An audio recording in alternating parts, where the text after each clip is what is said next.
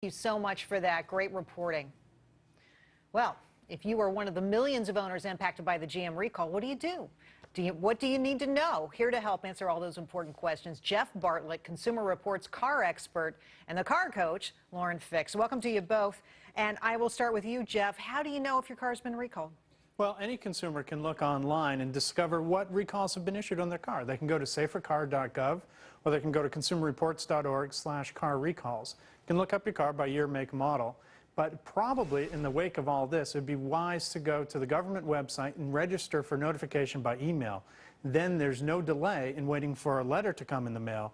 You'll be notified by the preferred email account you use. So is it true, Lauren, when you look at this, that it's the first owner who gets the letter from the company if you're waiting for a recall letter to find out if your car's been recalled? Well, usually, because a car may change hands, especially a car in that dollar value, may not go back to the dealership. It could end up just being sold, by any used car lot or through an auction or just private owner to private owner. The key thing is, if you're not sure, write down the vehicle identification number that's located at the base of the dash. The VIN, that's called, and where the dash meets the glass. Call your local GM dealer, ask for the service department, give them the number, and they will tell you if the car's under recall. And if you're still having the problem, it's not under recall, that's when you need to get involved and talk to a service manager and say, I really need this car recalled. It's having the problem and it's not on the list.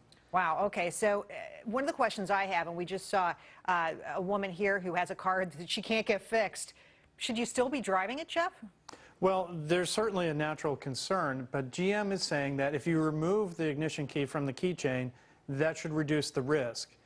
That, coupled with an understanding of what to do should you experience the problem in terms of putting the car in neutral and regaining control, starting it back up, people are going to have to keep driving their cars. But GM did say if you have significant concerns that the dealership will work with you to provide a loaner car if necessary. Lauren, would you allow your daughter to continue driving a GM car if it was one of those affected? Was my daughter?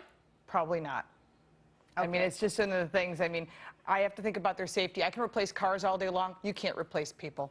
You can't replace people. And Jeff, to you, so is there any way you can put pedal to the metal, not to raise a pun here, to get these cars fixed if you do have a GM car in your driveway?